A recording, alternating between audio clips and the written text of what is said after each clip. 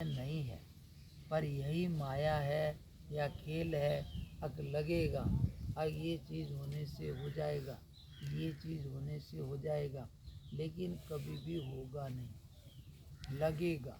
क्योंकि इच्छा एक ऐसी चीज़ है, अग एक चीज़ आती नहीं है, एक इच्छा पूरी होती नहीं है कि 10 इच्छा नई खड़ी हो जाएंगी।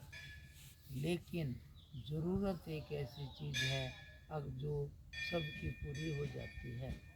बाकी इच्छा सारी किसी की भी पूरी नहीं होती और एक आध हर किसी की हो जाती है। तो अब मैं ये भी नहीं कहता कि तुम भाई उसके लिए कोशिश नहीं करो, लेकिन जो सार है पहले उसको थोड़ा समझो कि हमारा सच्चा साथी मित्र सहारा कौन है। तो ये सब पहले कोई नहीं था, जब तुम आए, जब ये सब बाद में मिले। नाम गाम जाति भी कोई लेके नहीं आया था, ये यहीं पर है और यहीं पर छोड़कर जाओगे। फिर तुम्हारा पैसा बंधु कोई भी है, सपने में भी डर लग जाए तो तुम्हारी कोई मदद नहीं कर पाएगा, कर पाएगा क्या। इसलिए ये कितना भी तुम्हें बढ़िया लगे, लेकिन ये ऐसा कुछ नहीं है जो कि हर एक जगह काम कर दे।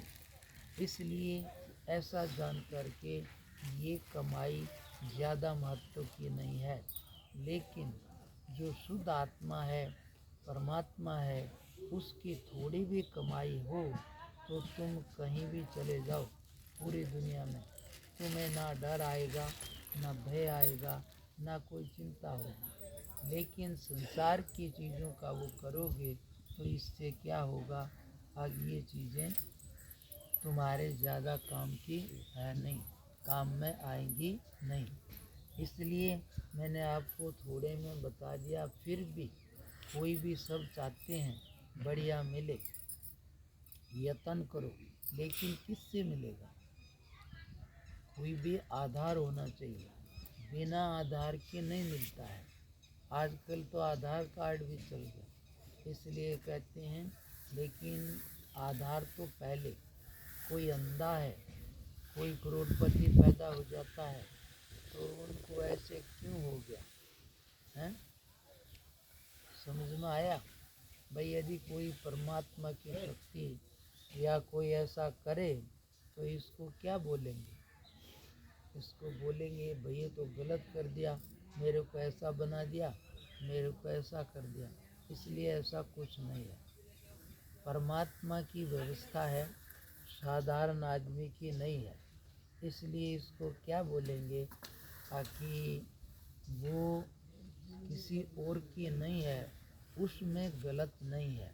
क्यों नहीं है, तो इसलिए उसको सब मालूम है कि किस आदमी ने, किस प्राणी ने कब क्या किया है, उसके सामने पूरा फोटो है।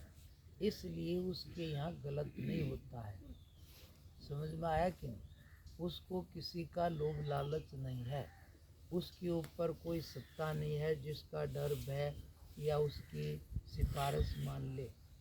इसलिए उसके यहाँ गलत हुआ नहीं है, होगा भी नहीं।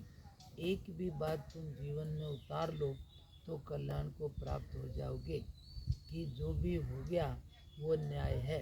क्यों, क्योंकि परमात्मा की व्यवस्था में हुआ है।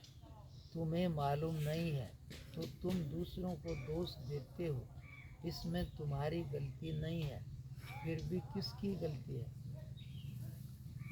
तुम्हें मालूम नहीं, समझ नहीं, इसकी गलती है। इसलिए समझ आ जाए अक मैंने पहले इसकी चीज़ उठाई थी और आज ये मेरी उठा ले गया, तो फिर वो खराब लगेगा। बोलो, नहीं समझ में आया। जैसे किसी ने तुम्हारी चीज़ उठा ली, तुम कहोगे ये खराब है, लेकिन तुम्हें ये पता लग जाए अक मैंने पहले इसकी उठाई थी, तो फिर खराब लगेगा। क्यों नहीं लगेगा, क्योंकि समझ आ गई। इसलिए कोई भी आदमी यहाँ जो भी कुछ हो रहा है वो गलत नहीं है, लेकिन फिर भी झगड़ा क्यों है। इसलिए झगड़ा है कि जैसा है वैसा नहीं समझो, जैसा है उससे उल्टा समझ लो। यदि जैसा है वैसा ही समझ में आ जाए तो फिर यहाँ कोई भी दोषी नहीं दिखाई देगा, और जब दोषी नहीं दिखाई देगा तो विवाद नहीं होगा, और विवाद नहीं होगा तो शांति है, और शांति का नाम मुक्ति है। समझ में आया कि नहीं आया? इसलिए कहते हैं कि जब भी कहीं भी झगड़ा था, है या आगे होगा तो वो किससे होता है? ना समझी में या समझ की कमी से होता है। यदि ठीक समझ आ जाए तो यहाँ बिल्कुल भी गलत नहीं है, लेकिन समझ की कमी से सभी एक दूसरे में उलझ रहे हैं। अब वो जो भी बोलता है उसकी समझ उतनी ही है, तो वो कह रहा है मेरी बात ठीक है, वो कह रहा है मेरी बात ठीक है। अब किसकी बात ठीक है? इसलिए ये तो आप अपनी समझ है, लेकिन फिर भी जो ऊपर की समझ वाला है वो ज़्यादा जानता है। इसलिए अर्जुन कह रहा है अब ये सब गलत हो रहा है, ऐसे मर जाएंगे, मार देंगे, ये कर देंगे। तो भगवान उसके आगे की जानते हैं।